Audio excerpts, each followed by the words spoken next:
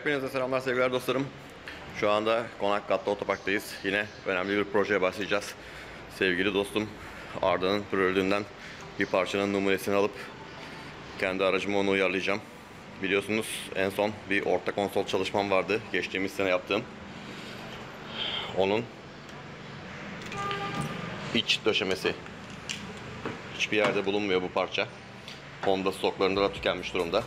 Şimdi sevgili dostum Arda'nın orta konsolundan bu iç döşeme tabanlığını alıp kendimiz onu elimizdeki materyallerden üreteceğiz. Onun için de Arda'nın orta konsolunu boşaltıp içinden iç numunesini, döşemenin numunesini alacağız. Arda'nın araç gerçekten muhteşem. Prelude'ün en iyi örneklerinden. 94 model. Müthiş bir araç. Şimdi konsolumuzu açıp içinden tabanlığı çıkaralım. Görüşmek üzere dostlar. Evet dostlar, işte orta konsolumuz orijinal durumda. Şimdi Arda'nın içindeki malzemelerini kenara koyup içindeki tabana ulaşacağız.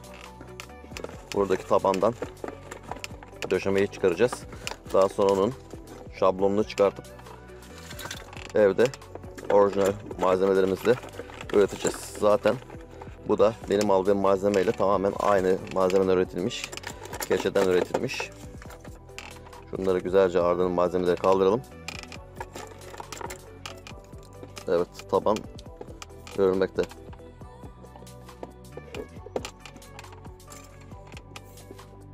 Gerçekten hoş. Son parçalarımızı da şuradan alalım. Arda'nın konsol bayağı dolu. Evet. Şu şekilde hafif bir karanlık ortam. Siyah keçeden yapılmış bir tabanlık var. Şimdi onu yerinden çıkarıp kalıbını alacağım. Son kartları da alalım. Herhangi bir şey kalmasın. Evet, şimdi bunu buradan çıkarayım. Daha sonra tekrar görüşelim. Konsolun içinde de dostlar çok güzel bir detay var. Bakın. Şurada bir kapak var. Bu kapak kaldırıldığı zaman buradan el fren bölümüne rahatlıkla ulaşabiliyorsunuz. 94, 95 ve 96 Prelude'lerin, makyajlı kasa Prelude'lerin konsolları bu şekilde biliyorsunuz. Gerçekten güzel bir detay. Bu tip ince şeyler, nüanslar hoş. Şu parça şu an Honda'da discontinued durumda. Yani bulunmuyor. Gerçekten iyi düşünülmüş. Şimdi buna uygun şekilde biz tabanlığımızı üreteceğiz ve daha sonra da yeni ürettiğimiz malzemeyi aracımıza monte edeceğiz. Görüşmek dileğiyle dostlar. Hepinize selamlar dostlar. Şimdi atölyemize geri döndük. Biliyorsunuz Arda'nın aracının orta konsolunun iç kaplamasının şablonunu çıkarmıştım. Honda'nın elinde artık bulunmayan bir parça. Discontinued durumda, hiçbir yerde yok. Ben de bu parçayı yeniden üretmeye karar verdim. Üretmesi zor değil. Gayet basit. 2-3 kalem malzemeyle sizler de yapabilirsiniz. Kolayca bir karton ve keçenin birleşmesinden oluşacak bir yapım aşaması var. Sadece orijinal kalıbı almak önemli. Yani orijinal boyutta oraya sığacak şekilde bu parçayı üretmemiz önemli. Şimdi size daha yakından üreteceğimiz malzemeleri göstereyim. Çok basit bir keçe, bir sert karton ve bildiğimiz şeffaf silikonu birleştirerek bu malzemeyi üretebiliriz. Şimdi hep beraber bunun yapım aşamasına geçelim. Bu kullanacağımız malzemeleri detaylıca görelim. Evet dostlar, sıra geldi kullanacağımız malzemeleri sizlere tanıtmaya. Kullanacağımız bu malzemeler çok basit şeyler. Şunu Arda'nın arabasından aldığım kalıp. Tam olarak bu şekilde. Arda'nın arabasından bu keçeyi söküp bir A4 kağıdının üzerine çizdim. Bu şablonu kullanıp öncelikle şu keçe malzememiz. Bu ince keçe dostlar. Bunun bir şu şekilde gördüğünüz gibi incesi satılıyor tabak halinde. Bir de daha çok uygulama yapacak arkadaşlar için, daha geniş alanlarda uygulama yapacak kişiler için şöyle bir kalın malzeme var. Metre işi satılıyor bunlar. Bu da kalın keçe. Hangisini arzu eder, hangisini kullanırsanız. Normalde sadece keçe döşemişler o bölgeye. Alt tabakası var diye ama ben bir de onun altına dostlar şuradan şu şekilde bir karton uygulamaya uygun gördüm. Daha uygun olacaktır, daha sert olacaktır, daha dayanıklı olacaktır. Bunun üzerine bildiğimiz keçeyi yapıştırarak ya da büyük ihtimalle kalınlığını kullanacağım. Yapıştırmak için de şu şeffaf silikondan faydalanacağım. İşlemimiz çok basit. Bu işlemi şimdi yapmaya geçelim. Güzel bir şekilde uyguladıktan sonra konsol parçamızı üretelim ve aracımızın üzerine takalım.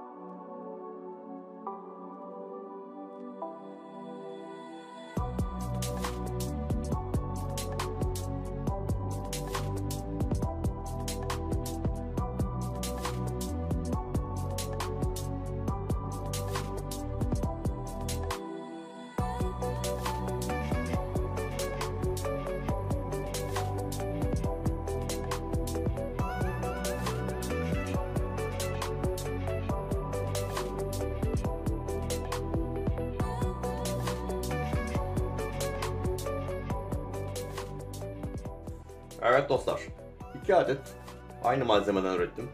Aynı ürün ama farklı malzemelerden. Bir tanesi ince keçe ile kaplanmış olup arkası karton. Bunu kullanmayı da tercih edebilirsiniz. Bu da bir seçenek. İkincisi de direkt kalın keçeden kesilmiş olan malzememiz. Birebir ölçülerde kesildiler. Hangisini tercih edersiniz? Kolay bir çalışma. Hepiniz yapabilirsiniz. Yalnız şunu incelerken Hoşuma gitti ürün. Kalın keçe. Bunu ses yalıtım malzemesi ya da ısı yalıtım malzemesi olarak da kullanabiliriz dostlar. Çünkü hem kolay uygulanabiliyor, kolay kesiliyor, hem de kalın malzemeden olduğu için ses ve ısı geçirmeyecektir. Mesela nerede kullanabiliriz derseniz, kapı içleri buna idealdir gibime geliyor. Kapı içlerinde biliyorsunuz bizim ilk arabalar fabrika çıkışında naylon tarzı bir malzemeyle kapatılmıştı. O naylon hiçbir ses yalıtım özelliği yok. Tabii kapı içini açıp söküp kapatıp açarak yıllar sonra o naylon kalmıyor yerinde, yırtılıyor. Ama bu malzeme işimize yarar gibime geliyor. Mesela oranın kalıbı olarak orada uygulanabilir. Ya da aracınızda trim sesi geliyorsa iç noktalarda trim sesi gelen kısımlara bu parçadan ince bir şekilde kesip tampon yapabilirsiniz. Bu şekilde uygulanabilir. Her rengi de var bunun. Başka malzemeler, başka ürünlerde kullanacaksanız. Tabii bizim araçlarımızda siyah ve koyu gri füme gidecektir. Şimdi gidip araç üzerinde bunu uygulayayım. Muhtemelen şunu takacağım. Bu da hoş duruyor. Altı sert olduğu için. Bakalım hangisi daha uygun duracak. Bu biraz daha siyah. Bu biraz daha füme tarzı. Bu tam siyah. Bu biraz daha açık bir siyah tarzı. Şimdi aşağı ineyim. Aracın üzerinde bu parçaları koyup uygulamamızı yapalım. Evet dostlar, işte söz konusu orta konsolumuz bu.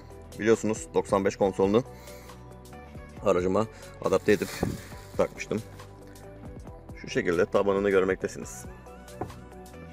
Benimkinin şöyle orijinal taban keçesi yok. Bu taban keçesini buraya hazırlamıştım. Şimdi bunu buraya uygulayalım.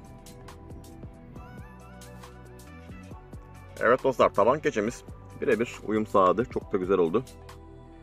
Orijinalden bir fark yok. Arda'nınkinin orijinalini de şurada üst köşede sizinle paylaşacağım. O da bildiğiniz aynı malzemeden yapılmış. Şu anda görüyorsunuz ekranda. Gerçekten güzel oldu. Evet, bu keçeyi aracımızda birçok noktada kullanabiliriz gibime gelmekte. Kapıların iç trimleri olsun, trimsiz gelen alanlar olsun. Çeşitli mekanlarda kullanabiliriz gibi geliyor dostlar. Bu konudaki düşüncelerinizi yorumlar kısmında paylaşırsanız çok memnun olurum. Kısa ve öz bir video yaptık bugün. Hepinize sevgiler, saygılar sunuyorum. Görüşmek dileğiyle dostlar. Hoşça kalın. Kendinize iyi bakın.